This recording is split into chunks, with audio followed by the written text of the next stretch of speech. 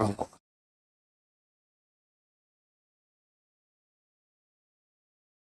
shit. I was watching a trailer for Kung Fu Panda. And you're alive now. You there? Yeah, yeah.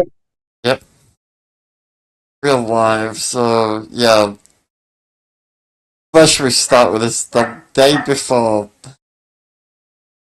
The day Um, before, the day before fucking refunds. oh, the day before really was not a game everyone was expecting. Hang on a second. Yep. Yeah, yeah. Yeah, so the day before was a game that was. I don't. A lot of people didn't think this game was going to come out. By the way, guys, okay? People did not think this game existed one bit, but it did. Well, not the game they promised from the trailers. It was meant to be an MMO, a massive multiplayer online game. They changed it to an extraction shooter. It was supposed to be MMO. Oh, that's what they kept telling everybody. And it happened, turned out to be an extraction shooter. Now, where the hell that came from, I have no idea. Yeah, that makes no sense.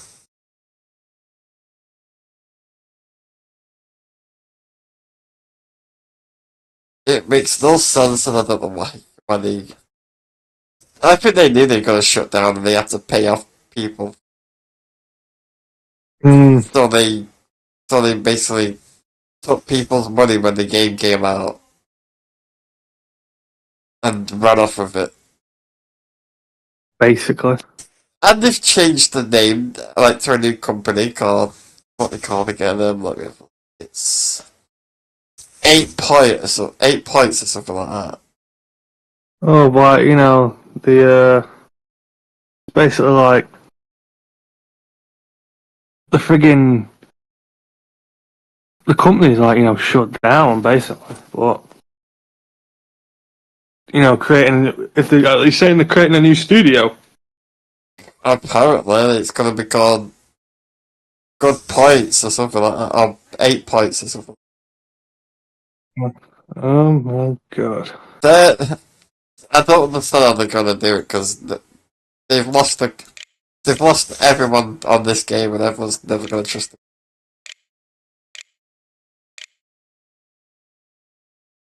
You go to everything to their Twitter account or X or whatever. It's all gone on Twitter, it. there's nothing there obviously anymore. They literally shut everything. Yeah. It just seems to me, it seems like a scam to me, that's what it.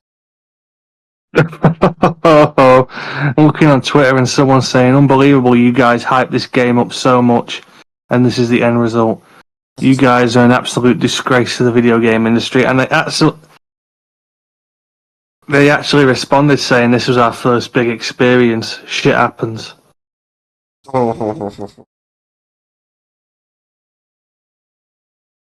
Don't think that's a good idea. But yeah, they've also have a statement out like, saying, today we announced the closure of our companies. Yeah, and Unfortunately, it's the only day before has failed financially, and and we six lack the days ago. funds.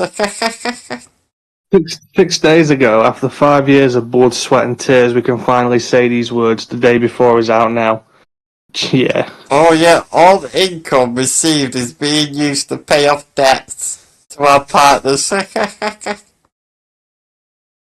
even Twitter or whatever, ex Twitter's like, put a little notification underneath that post saying the game, readers added context, the game was falsely advertised for years as an MMO survival game and as an extraction shooter.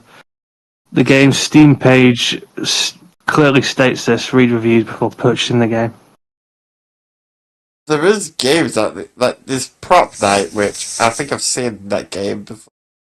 People like that game, but the day They put before this. is something they did They, not. they, they put this out ahead of the day before its release. To our future players who will dive into the game, we made this for you so we'll enjoy the game and it becomes a celebration. Together we will continue improving the game and adding content. It's got like 21,000 fucking bad reviews on Steam. To the people who didn't believe in us, we made this game for you as well. We accept any kind of criticism and won't hold a grudge against you. Before we continue moving forward together, kindly allow us to note a few things. Please forgive us for not doing the best marketing and teasers. We learned something new and improve ourselves. Please don't accuse us of scamming, that's not true. Please don't accuse us of asset flips, that's not true. We worked day and night for 5 years to make our dream game a reality. What the fuck? If you have to say Please it's not a don't- scam, it's a fucking scam. Please don't underestimate our work, it wasn't easy. We are like you, we worked hard, we're incredibly happy that I get. You know what? In 16 months, 5 years they couldn't make a game, 16 months. But it shouldn't be just 16 months, but like Call of Duty got a game out in 16 months, right? And obviously they had much more people working on it and a much bigger studio, but it's like if you worked on this game as an indie studio for 5 years and it still ended up like it was, there was something really wrong.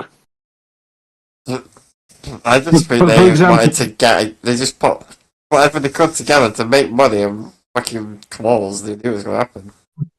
For comparison, No Man's Sky was in production for about nearly 4 years before it was released.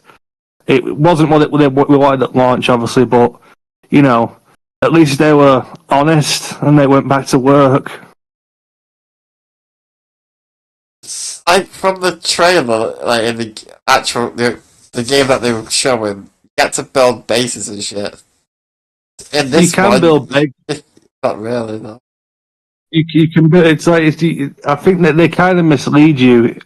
I kind of saw a big major red flag. They showed off in one of the trailers base building, and then in the final trailer released a few weeks before, like the game came out, they showed him building the base in the exact same frigging spot. Which made that's like made me think that's a set location. That's not part of the open world. And lo and behold, you can't go there except, you have to go to a specific place to get there, It's like, it's not part of the open... There is no open world. It's not part of, it's just like a little zone you go to and can build a house, Not like Fallout 76 or Rust or anything where you can just build a house in the middle of the world. You have to go to a specific zone that no one else can get to just to build a house. This company has not been open for long. It's not even been 10 years. It's been like 8. Yeah. Just I've still got the game on my wish list, and I'm not going to remove it because I want to see just how bad it gets. Just how. I mean, obviously we can't play it anymore. I just want to keep coming back to read the reviews. they're refusing. They're just getting more and more bad reviews. It's hilarious. How long before the game's page is pulled, though? Because we can't play it anymore. Yeah, we pulled soon. the Gotta keep it Discord, going. you can't go on the Discord because that's gone now. The everything Discord about them's gone. Before the Discord disappeared, there was like a cooldown period of 6 hours before you could, type something else.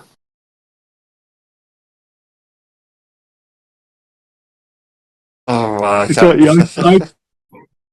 I typed. Sorry. I typed in something, Yeah. and then I said basically I wanted the game to be good, hard L. And when I sent it, right, it said that the timer immediately came up like, it's now you have to wait 6 hours before I can send another message. Basically, that's how bad it got. It started off in 30 minutes, and then they set the timer up to like 6 hours. I don't even know if that's the max as it can go, but it's the longest I've ever seen. Also, apparently, No, 8 points is an old name that they've not used for 6 years. That's weird. Well, I'll tell you what, it would have made more sense to use 8 points in Fantastic, because, looks like the final game didn't even get fucking 8 points, if you get what I mean.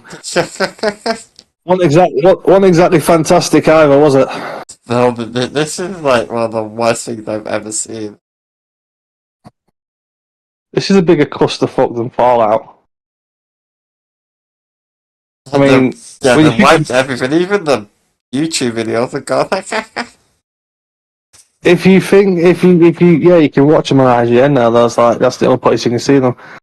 If you were to, before this, people thought of, big multiplayer clusterfucks would, that trophy would have to go to Fallout 76. But I think this tops it in every way. Yeah. At least Fallout 76 is still alive 5 years later. Yeah, that's a game that fixed itself. It's just a game that you can play for fun. There was no way I was going to pay for it, though. I waited till that shit was free. Yeah, they've improved on that game. That's the thing with that game. This one seems like they knew they were going to go out and fucking... They're going to have to clause and pay people. Which is, I think it's illegal that you can do that. I think it's illegal. It feels like it's some big, it feels to me like a big money laundering scheme. They tricked everybody into paying for this game just so they could pay off their own debts. Like a loan shark, basically. Yeah, they took money off people and threw a game together quick. And then shut down and then I've got to pay our debts to partners. That sounds illegal. Yeah. It's very shady. There's something fishy going on there. Well, it's just going to get worse for him anyway, that's all. Well, I don't know how it can get any worse. How much can get that much worse? No one's going to want to work with him ever again or trust them. I don't think they're ever going to make a game again. No. That's it for them now. No, they made the deal, they're not getting another game. When I think of successful indie studios, I think of the guys who did, No Man's Sky. It wasn't successful when it was successful when it first came out because everybody bought it, but it wasn't, well received, is what I mean. It was successful, but it wasn't well received. But they're successful now, obviously. Yep. Oh. I've got to respect games that can improve their games after launch when there's shit. It's like trustworthy. When I think of trustworthy indie studios, what they were doing wasn't very trustworthy. They were telling us nothing. No, they were very secretive, what they were doing. They weren't very open about what their game is going to be about. Yeah, well, it's like Deep Worlds, the studio behind Beautiful Light. I've said this last time. They can't stop posting what they've been doing, when developing their game. Because that shows you how much they care about their game. That shows trust, It doesn't just show that they care, it shows trust because you can follow along and see just exactly what they're doing. Which, that's what everyone likes about it. In their Discord, they share it in their Discord. They keep, in regular contact with the people in Discord. But compared to the day before, where they would go fucking radio silent for sometimes months on end in that Discord. That does not sound good, does it? I don't think I ever saw any of the devs interact with people. And, you get Discord moderators who work for the devs. And they interact, they get fed information from the devs and they interact with the people in the Discord. It's a bit different with the Beautiful Light Discord because the devs are such a small team, they're actually the ones who moderate the Discord as well. Oh, anyway. Yeah, that's better than what these idiots did. It's funny that, just before the Discord was closed for the day before, the moderators said they were, basically resigning. They put on a notification saying thanks for, the laughs and all that. But they revealed that, what was it, Fantastic, the developers tried throwing them under the bus in some way. I don't think they elaborated, but they said they tried you know, putting some of the blame on them somehow. I don't know. I think it was, I think it was to do with, not being very clear with trying to say that they weren't being clear with the fan base, telling them what kind of game it was, how it was going to be, like. But the moderators were like, we weren't told anything, If we were, we would have told you. Yeah, But they're basically they basically tried blame. I think they tried blaming it on the Discord moderators, saying you weren't clear with the people in the Discord. That's why they weren't expecting what they got, which is a load of bullshit, obviously. it just sounds like a lot of lies. They're just jealous that there's actually a company out there that care. Yeah. Tell me lies, tell me sweet little lies. Tell me lies. Yeah, the day before is just one of the strangest. It will go down in history.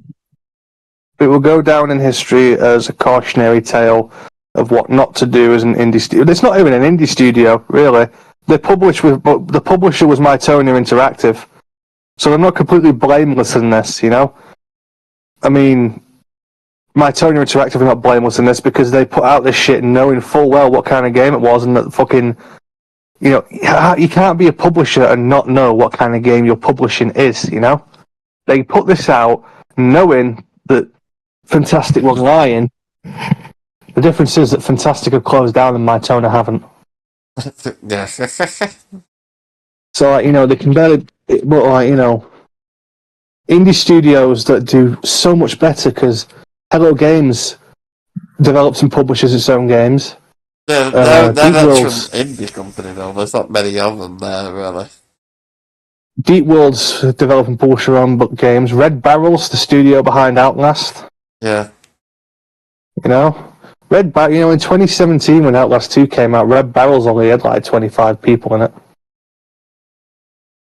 Right, and that has gone up in just 4 years.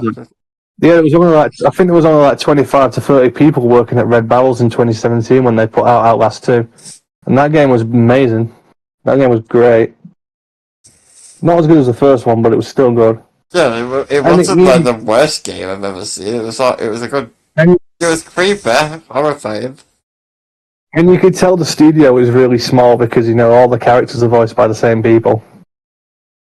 It's like in the first game, the main character of the first game, he never says anything, but he's voiced by I can't remember his name. He's voiced by a guy, and then in the second game, the character speaks, and he's voiced by the same guy. And the only reason it doesn't become obvious is because in the first game, he never says anything outside of grunts and screams. So he just screamed. That's all he does, really.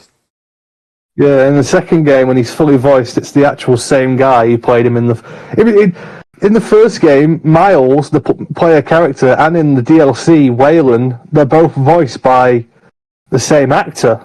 That's why they sound the same when they scream and grunt. But in the second game, they took it a step further and had the protagonist of the second game be voiced by the same guy. So it saves on budget, to have the same in-house actors play the characters. Yep. Plus, it's not like it's really a big deal if the character in the first game never said anything. But yeah, indie studios. That's an example of indie studios being clever, Yeah. And what's happened now with the day before, it makes it hard. Gaming's on its way out, I think. We can't trust AAA studios anymore. We can't trust indie studios anymore. We've got to go back. We've got to go back to not big companies, small companies, not big companies. Yeah. Alright, what was going on, right? Free Radical Design shut down. Again. Embracer Group shut them.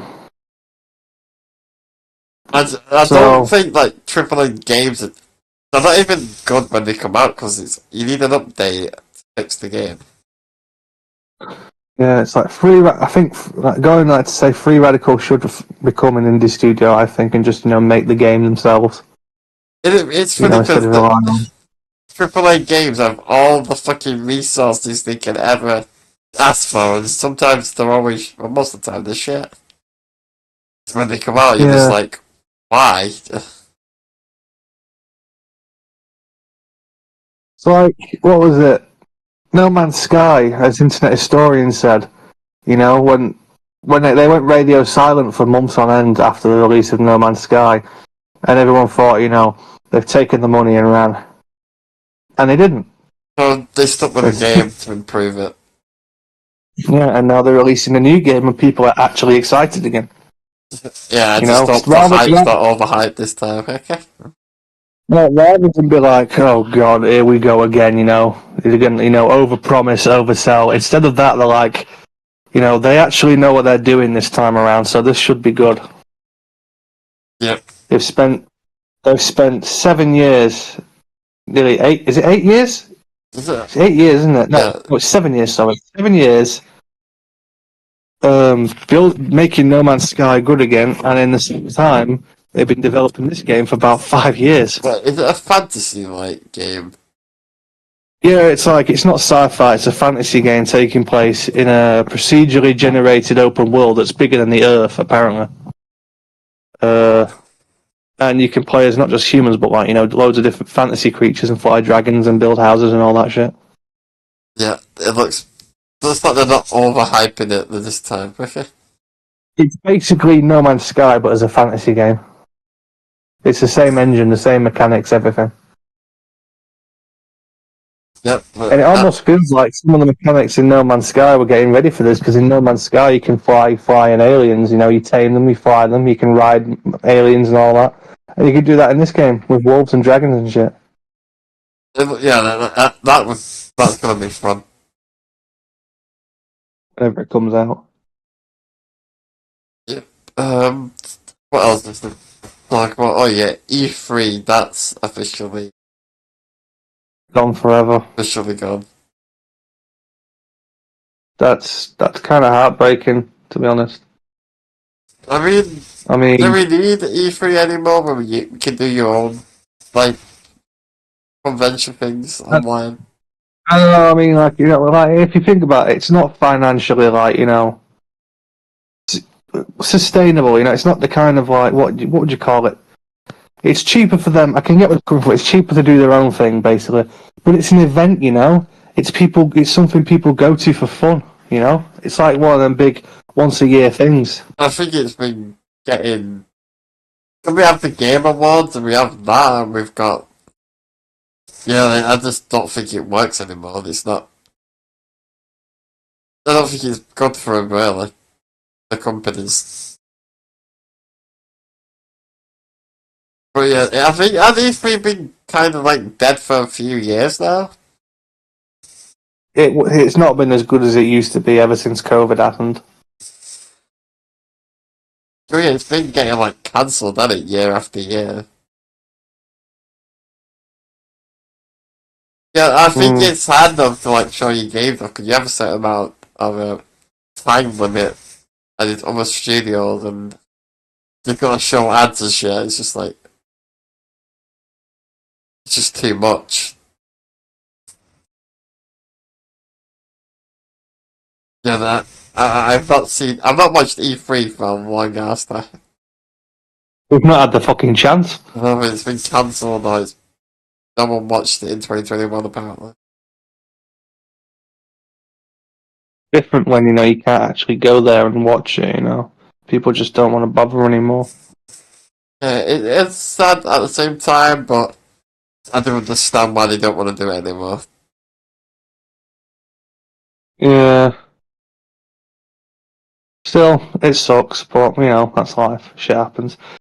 It's like, you know, 20 years. This is a sign of how the world is changing and how, you know, as the century goes on, and things that we know are taken for granted now, they start to disappear and the world changes, you know? Yeah, apparently more publishers stopped attending the event, so yeah. This is like, you know, like you can. It's weird when you stop and think and look around. You can see the world physically change. It's like Blockbuster disappeared. Now we have digital distribution. Flip phones and little phones disappeared. And now we have smartphones. Digital's gone. I think you need to own your own movies. And it's like, you know, we've got smartphones now, and then they're going to get replaced with things like, I don't know, augmented reality, virtual reality is coming into it. You know, we're more going into AI virtual and stuff reality, like that. Yeah. artificial intelligence. You can see. It's like if you stop and look, you can see the world. Electric cars as well. You can see the world physically change around you, and it's weird. For like the first time in say 30 years, you can physically see the world changing because during it was more. It was, if you think about it, like what was it? In the 80s and the 90s, technology, you could see it was more simple. Like, you know, you could. What I'm trying to say is like 70s, 80s, 90s, you could see technology change, and then for about nearly 20 years, you could see our progress seemed to kind of like stop, didn't it? In the Oh yeah. We 2000s. went from basically with like we went from videos to DVDs to Blu-rays to 4K. Like that's how. But it's like once we got flat screen televisions and smartphones, Yeah, progress, you know, technological progress seemed to stop. Have you noticed the designs? The designs of cars have been the same for about 20 years now. yeah, all cars look the same except for like well, the Tesla. That's it. The big Tesla truck. That's all. That looks Hey, you look at different. the cars from the 60s, 70s, and 80s. They visibly changed in design as the years went on. You know, you had those old-fashioned shit, you know, and then you got the more sleek and I don't know. You get what I mean with the square headlights, you know, that kind of thing. Old classic cars, which became less the classic cars, and then we went into the more modern design in the late 90s. And then for the past 20 years, cars have had the same kind of electric razor look to them. You know, you know what I mean, don't you? They all look the same. All the cars. They all look like electric razors. That's what I mean when I say they look the same now. For the past 20 years, cars have had that sleek design, and it hasn't changed much. Yeah, there's a You lot know? of things. There's a lot of things that's changed. That when the internet like blew up, that's when things got really. That's when things really changed.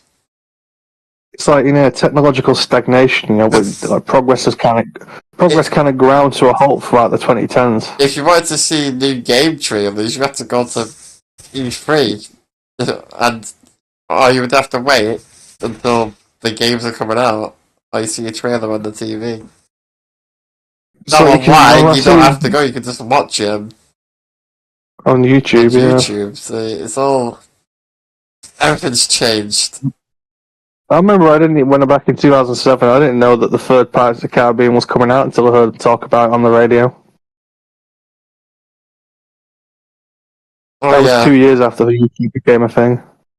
yeah. YouTube really blew up in like the 2010s, I think.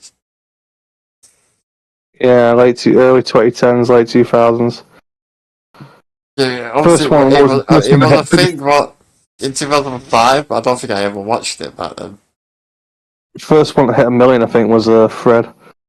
But yeah, it's like if you look around now, you can see the world visibly kind of change. Like, you know, what is it? At McDonald's, they have those screens.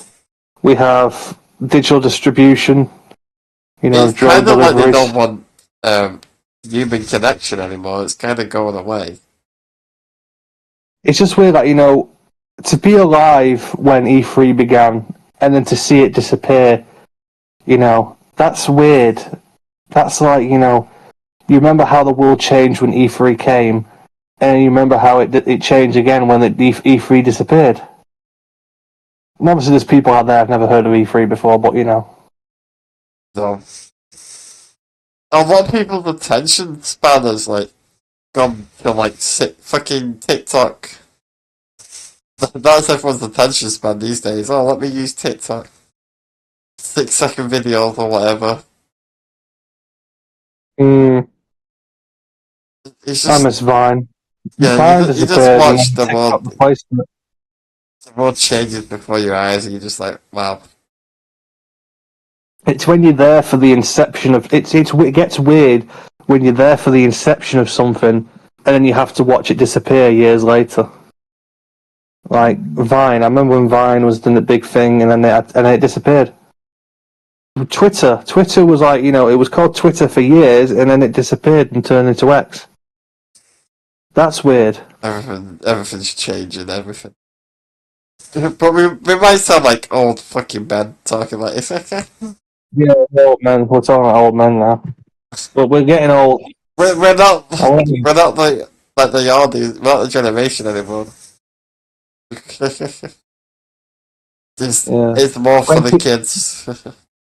when you start referring to millennials as the older generation, that's how you know your time has passed. Yeah, well, we are getting on. We're getting closer to 30. Getting closer to it. We're getting old. And in internet terms, we're getting old. Yeah, basically. Yeah, that's two video game things that's happened, which is crazy. They're both different in a way. Yeah, but also very similar. Yeah. The one's gone. One disappeared because it was one thing disappeared because it was the product of its own failures. Another thing disappeared because it was the product of someone else's negligence. Well, it's when all these corporations start getting involved. Oh, we want this ad on this, and that's when it started going downhill. Yeah, like no one gives a fuck about your adverts, man. I don't think I've ever watched an ad on TV and gone, oh, I need to buy that. Don't think it's ever happened. What else is it? Well, I need to go. I'm going to go get some food. You can talk about Doctor Who and all you like about that right now. I'll talk about what I like about Doctor Who. Yeah. Because I don't really have much of an opinion about Doctor Who. I just thought Doctor Who's dead. Well, it was obviously better back then, but you know. Right, I'll be back in a bit. Alright. Enjoy talk about Doctor Who. Okay, I'll enjoy talking about Doctor Who. Oh, well, the last part of the 60th anniversary special, which actually didn't even feel special, it felt, I don't know, it just felt like normal episodes. We've had, this is the third one called The Giggle, which brings back one of the one of the iconic villains of Doctor Who, the Toy Maker, who the Doctor's played against before. If you ask him to play a game, he has to do it no matter what. You know, that's his rules, and but he's done something that affects humanity.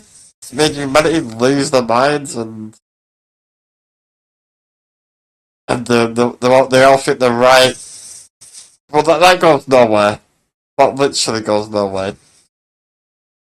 This episode feels like they just took favourite bits from better episodes, like the Master dancing, and in this you've got the Toy Maker coming doing the Spice Girl song, which is basically everything he's done in this episode is not original except for the bit where he destroys canon and makes up a new regeneration called Bi-Generation.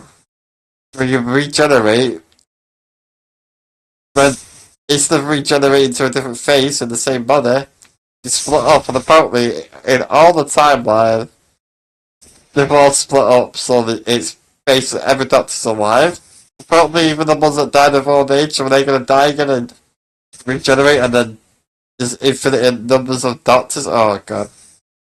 It's really a bad idea, and David Tennant got to have a wife, a happy ending, which makes no sense for the Doctor because what they call heavy baggage in this episode is actually canon that everyone loves. They basically took the canon and like, yeah, fuck the canon. This Doctor's the new Doctor. It's not about sci-fi anymore. It looks like it's about all these fantasy creatures coming through from the trailer of the Christmas special. There's a new Doctor where he's dancing at a club where he does not act like the Doctor at all. I don't see the Doctor in him at all. It just seems literally one of the worst things they could have ever done in the show. It's I don't understand. The only good thing was the Toy Maker, and it's just I don't know. They just rip off a lot of bad things, and any emotional attachment I had to Doctor Who is gone because they just tore it apart and they don't care anymore. They give no shits about it, which is kind of weird because RTD is the one who brought back New Who in 2005, and he created some of the best stories, best written like he wrote the character great, captured the Doctor, and then he comes back all these years later, not to save Doctor Who, but to destroy anything great about it that we all loved, because that's what they've got to do these days. They've got to tear everything apart. They don't care about the fans. We're not that target audience anymore. They're targeting the 1% of people out there that don't actually watch the shows, but they tweet on Twitter and social media, but they don't actually go and buy the show, watch it. They don't actually buy the figures, anything. They don't buy the books. They just go on Twitter saying, "Oh, this is the best thing ever." When they're watching clips, they're watching it, the pirate streams or something. They don't actually care, and it's ridiculous that you would rather isolate the audience. Because they brought David Tennant back with Donna Noble, two of the best Doctor and one of the best companions, and they thought that the numbers were going to be amazing, but no. The number was like, what, 5 million, 5.08, and then it went to 4. It literally, they've lost numbers. Every special they've lost numbers, so I don't see the point in anything to do with the show. I think they killed it, and not a new Doctor can, I don't know, they described it as two teenagers gossiping, so that sounds awesome. Well, it was one of the great sci-fi shows. It actually got killed in 2017 when they brought the first female Doctor, played by whatever Karen. I call her Karen Doctor. That's what she is. She was not good. I stopped watching it then, and I came back because of David Tennant. But now I'm done. And the better special was the 50th anniversary. When I had Matt Smith, David Tennant, the War Doctor, them all like working all together with the companions and stuff. Well, the best ever, but no. This isn't even the 60th anniversary. Don't even see it special. You're meant to be celebrating the character, not destroying the character. And not push the message into people's faces. Because that's all they cared about. They didn't care about telling a great story, which everyone would have been alright with. Nope, they came to tell you what's right and what's wrong and all that. Push the message, like, is that it? They race swapped fucking an historical character for no reason. They confirmed the Doctor's now gay and stuff, so, just the usual stuff that they've all pushed into you. That's Doctor Who, it's done now, I'm not watching it anymore. I've retired again from Doctor Who. I'll just watch the better series, like, I watched Chris Eccleston, David Tennant and Matt Smith and Capaldi, and that's it. When Capaldi goes, that's the show end. That's the end of the show. I will just watch those. I won't stop watching them 100% because I like them. I'll probably watch some of the old episodes and, some fun. I think that's all I've got today. Probably end the stream there because I can't think of anything else to talk about. We talked about the day before E3 and Doctor Who, which they're all gone. Every single one of them are gone. I can't adopt Doctor Who not anymore. They killed it for me, and I have no feelings for it. But like, this has been the Real Snakes. I hope you enjoyed the podcast. Leave a like, subscribe, and comment, and I'll see you next time. Goodbye.